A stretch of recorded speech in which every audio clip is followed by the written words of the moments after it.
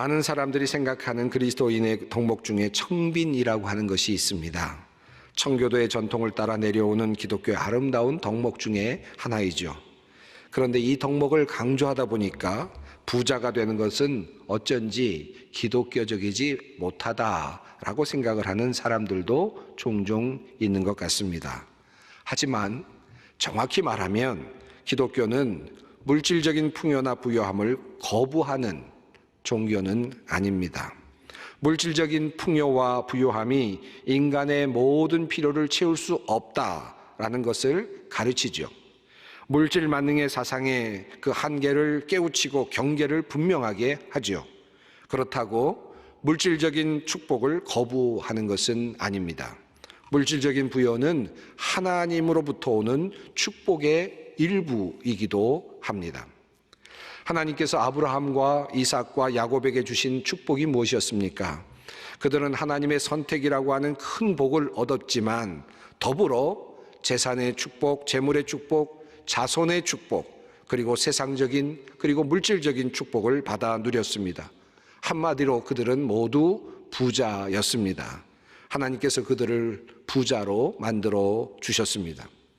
하나님께서는 자신이 사랑하는 사람들에게 또 자신을 사랑하는 사람들에게 특별히 선택된 사람들에게 부요함을 선물로 주셨습니다. 물질적인 풍요를 선물로 주셨습니다. 물론 모두에게 그런 복을 주신 것은 아닙니다만은 하나님께서 주시는 풍요로움, 부요함이 분명히 있습니다. 솔로몬과 다윗을 한번 생각해 보십시오. 하나님께서 그들에게 왕권을 주셨습니다. 특별히 솔로몬은 이스라엘 역사상 가장 풍요로웠던 왕으로 그리고 가장 부유했던 왕으로 기억되고 있습니다. 하나님께서 주시는 이 물질적인 부요함, 축복은 항상 사람들에게 나타나곤 했습니다. 성경도 그것을 지지하고 있습니다. 여러 곳에 그런 말씀이 있죠. 여러분이 잘 아시는 말라기서의 말씀에 이런 말씀이 있습니다. 만군의 여호와가 이르노라 너희의 온전한 11조를 창고에 들여 나의 집에 양식이 있게 하고 그것으로 나를 시험하여 내가 하늘문을 열고 너희에게 복을 쌓을 것이 없도록 붙지 아니하나 보라.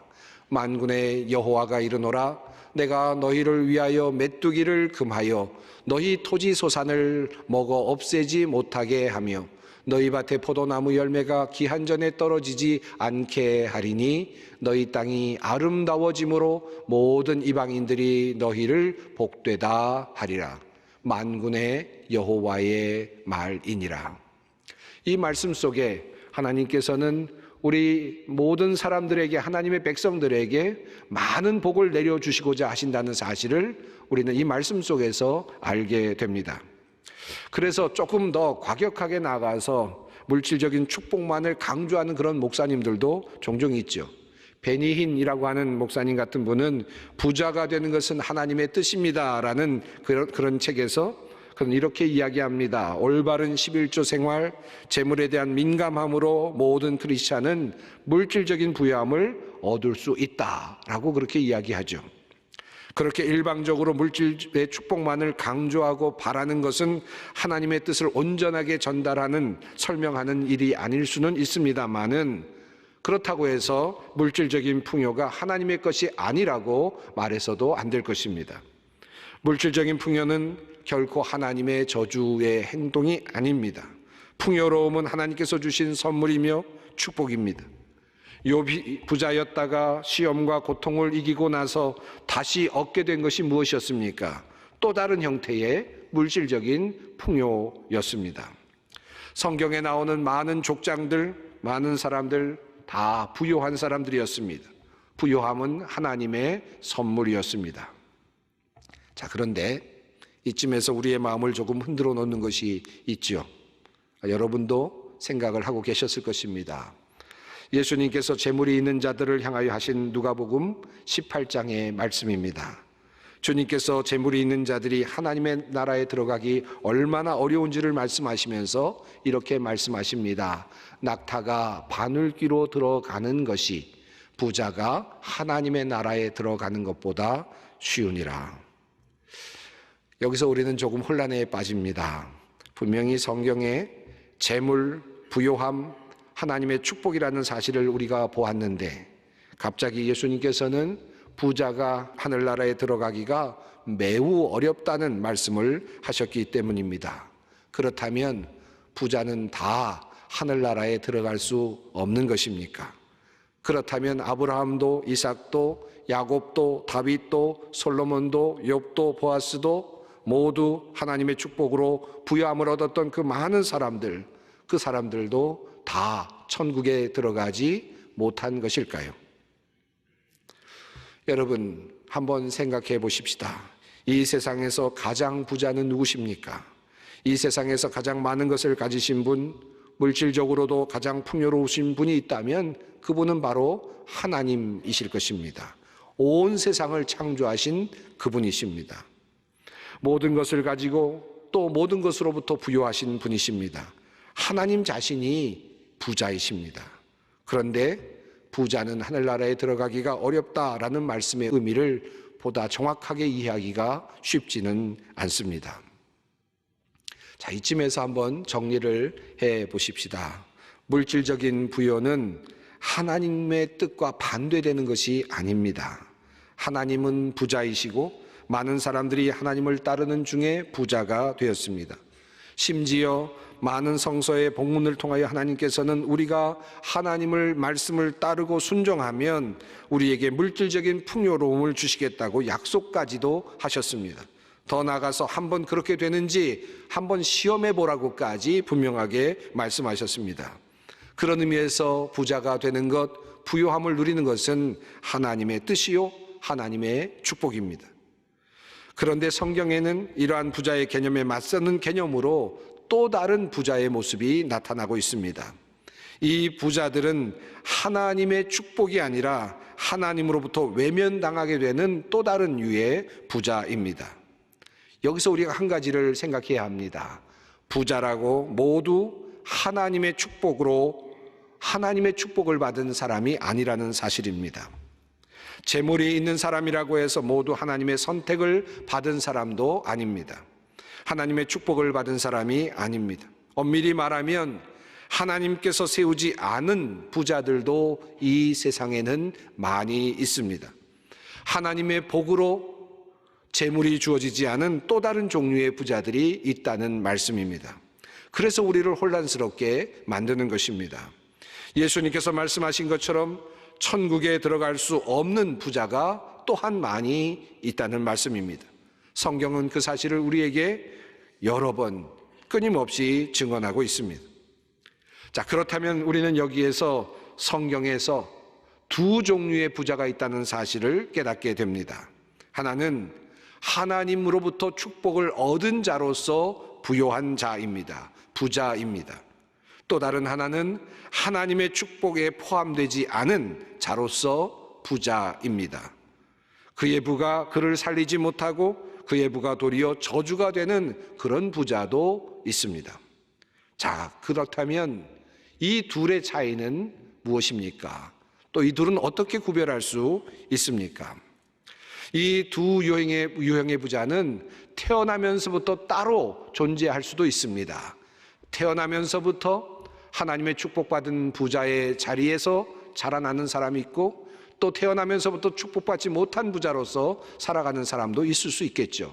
그러나 동시에 그것이 혼합되어 나타날 수도 있습니다.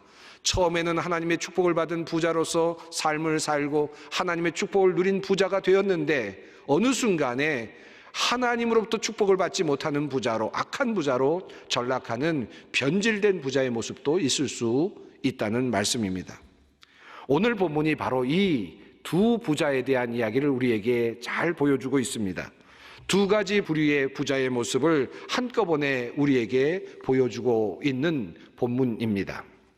어느 날 오늘 본문에 따르면 선지자 나단이 다윗 왕을 찾아와서 한 부자와 가난한 한 사람의 이야기를 하였습니다. 많은 소와 양을 가지고 있는 부자에게 손님이 찾아왔습니다. 그 손님을 대접하기 위해서 이 부자는 자기가 가지고 있는 양과 소 중에서 잡지를 않고 가난한 사람이 가지고 있는 한 양, 작은 어린 양 하나를 빼앗아다가 자기를 찾아온 사람을 위해 그것을 사용하고 죽이고 대접했다라는 것입니다. 이 말을 들은 다윗 왕은 대노했습니다. 그런 사람은 마땅히 죽어야 합니다. 그때 나단은 다윗을 책망하면서 말하죠. 바로 그 사람이 당신입니다. 라고 그렇게 책망을 했습니다. 악한 부자, 바로 악한 부자가 되어 있는 다윗을 지적했던 것입니다. 다윗이 이렇게 나단 선지자에게 이런 이야기를 듣게 되었던 배경이 바로 앞장인 사무엘하 11장에 자세하게 설명되어 있습니다. 어느 날 다윗은 왕궁의 옥상을 거닐다가 한 여인이 멀리서 목욕하는 모습을 보게 되지요. 곧바로 그는 그 여인이 누구인지를 알아보게 하였고 그 여인을 데려오게 했습니다. 결국 그 여인을 성폭행을 하게 됩니다. 그에게는 이미 많은 궁녀들이 있었고 여인들이 있었지만 다윗은 그것에 만족하지 못했습니다. 다른 여인을 자신이 가진 권력과 힘으로 얻은 것입니다. 다른 사람의 여인이었습니다. 아내였습니다. 그런데 얼마 후에 이 여인이 임신하게 되었다는 소식을 듣게 됩니다. 당황한 다윗 왕은 이 일을 마무리하기 위해서 어떻게든 처리하기 위해서 궁리한 끝에 멀리 전쟁터에 나가 있는 그 여인의 남편을 소환합니다. 왕궁으로 불러들이죠. 아마도 그 남자를 불러들이면 집에 가게 될 것이고 집에서 함께 잠을 자게 되면 아이를 갖게 되는 것을 나름대로 어느 정도 커버할 수 있겠다라고 생각을 했던 것 같습니다. 그런데 문제가 발생했습니다. 이 우리야라고 하는 이 남편이 아내가 있는 그 집으로 들어가지 않았던 것입니다.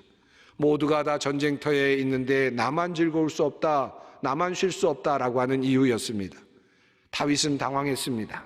그리고 결국 전장의 지휘를 맡고 있는 요압이라고 하는 장수에게 편지를 써서 이 여인의 남편 우리야를 전쟁터의 맨 앞에 서게 해서 결국 그를 죽이도록 명령을 했습니다. 결국 우리야는 그 명령에 따라 나아가서 전쟁터에서 죽임을 당하게 되었습니다. 바로 이 사건을 두고 나단 선지자가 다윗을 찾아와서 책망을 한 것입니다. 나단은 다윗을 부자라고 했습니다. 우선 그는 하나님으로부터 많은 것을 받은 축복받은 부자였습니다.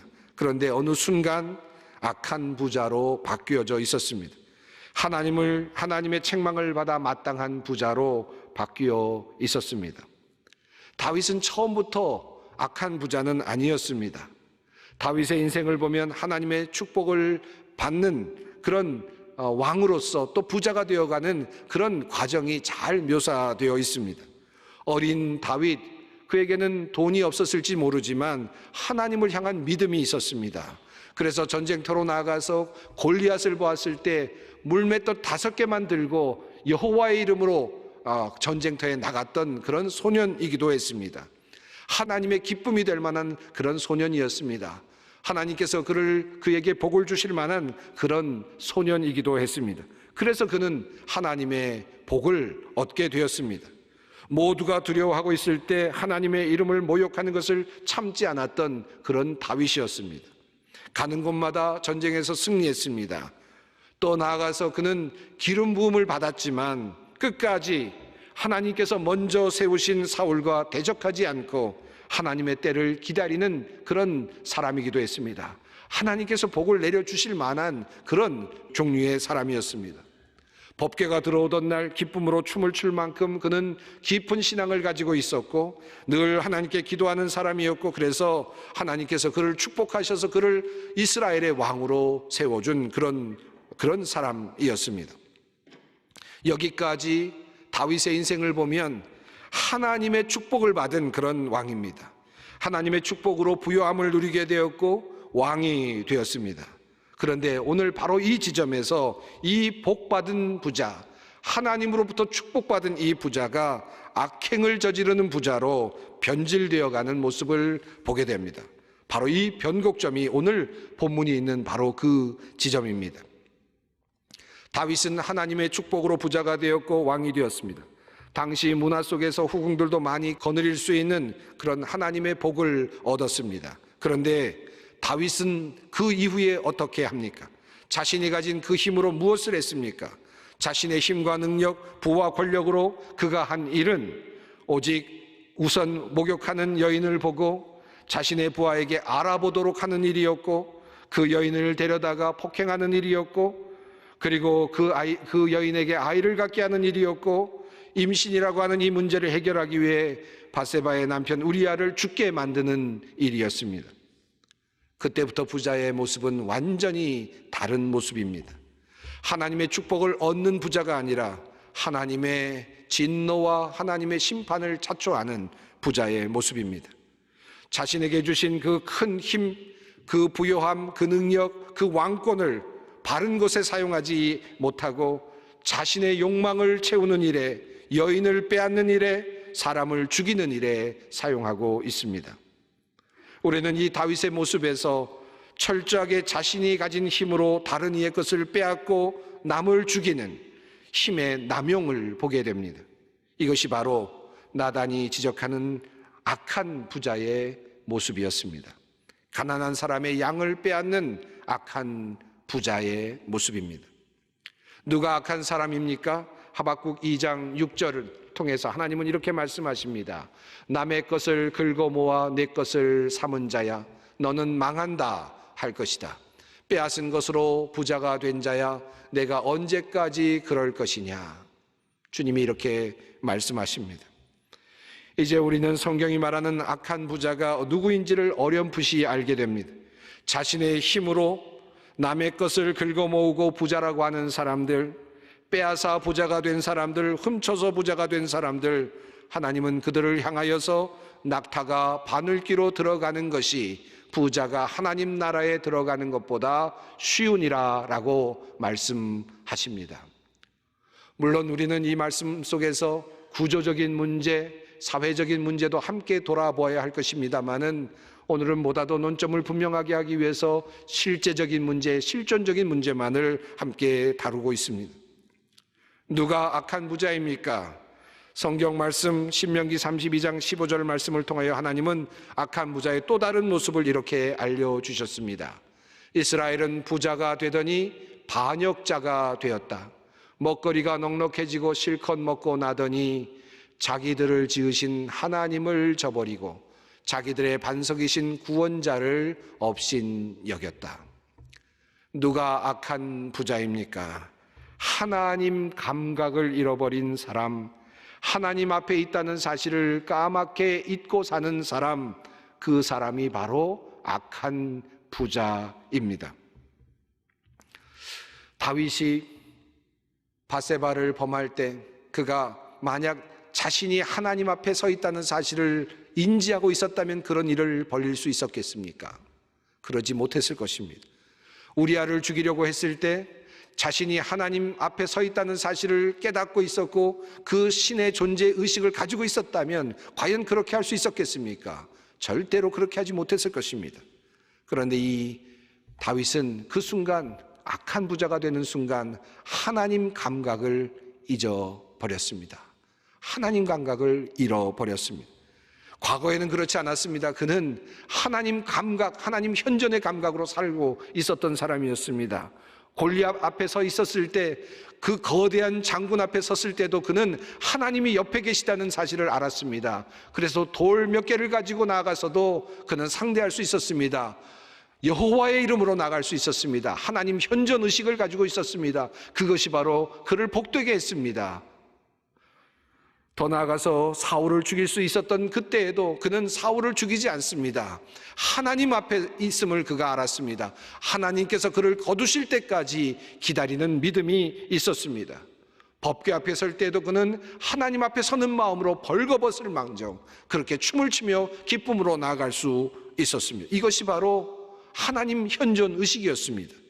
그러나 그가 악한 부자가 되는 그 순간 그는 하나님 감각을 잃어버렸습니다. 사랑하는 성도 여러분, 하나님만큼 부자이신 분이 어디 있습니까? 하나님이야말로 모든 것을 가지신 분이셨습니다. 그러나 하나님은 자신의 그 힘으로 다른 이들을 제압하지 않으셨습니다. 그분은 정말로 부자이셨지만 겸손하셨고 자신의 힘을 남용하지 않으셨으며 사적으로 그 힘을 사용하지 않으셨습니다. 자신의 아들을 십자가에서 구원하는 그 일조차도 하나님께서는 힘을 사용하지 않으셨습니다. 예수님도 그러하셨습니다. 그 위대하시고 그 부유하신 하나님을 아버지로 두었지만 공생애를 시작하며 금식하셨고 배고픈 너를 위해 돌로 떡이 되게 해서 먹어보라고 말하는 사탄의 그 유혹을 거절하셨습니다. 진정 부유하신 하나님의 아들 예수님은 가난한 땅에 성육신 하셨고 마구간 말구유에 누워 세상 사람들과 만나셨습니다. 최고의 부자이신 하나님은 도리어 가장 귀한 것 자신의 외아들을 우리를 위해 내놓으셨습니다. 그 부자는 섬김으로 아름다운 모범을 보여주셨습니다. 이것이 진정한 부자의 모습입니다. 오늘 우리는 부자도 천국에 들어갈 수 있는가라는 질문 앞에 서 있습니다. 다윗의 이야기를 살펴보면서 다윗은 잠시 악한 부자였지만 그는 곧 회개하고 하나님께로 다시 돌아옵니다. 하나님께서는 대가를 치르도록 하셨지만 다시 그를 세워주시고 그를 받아주셨습니다. 또다시 복된 부자로 그리고 하나님의 축복을 받은 부자로 왕으로 다시 세워주셨습니다. 부자도 천국에 들어갈 수 있는가? 주님께서는 오늘 우리를 향하여 묻고 계시는 그 질문입니다. 과연 나는 악한 부자인가? 나는 과연 선한 청지기인가? 재물만이 아닙니다. 나에게 주어진 권력과 힘과 나의 위치, 내가 할 수 있는 재능, 이 모든 것이 바로 그러한 힘일 수도 있습니다. 마지막으로 디모데전서 6장 17절 말씀을 읽어드립니다. 그대는 이 세상의 부자들에게 명령하여 교만해지지도 말고 덧없는 재물에 소망을 두지도 말고 오직 우리에게 모든 것을 풍성히 주셔서 즐기게 하시는 하나님께 소망을 두라고 하십시오. 또 선을 행하고 좋은 일을 많이 하고 아낌없이 베풀고 즐겨 나누어 주라고 하십시오. 그렇게 하여 앞날을 위하여 든든한 기초를 스스로 쌓아서 참된 생명을 얻으라고 하십시오.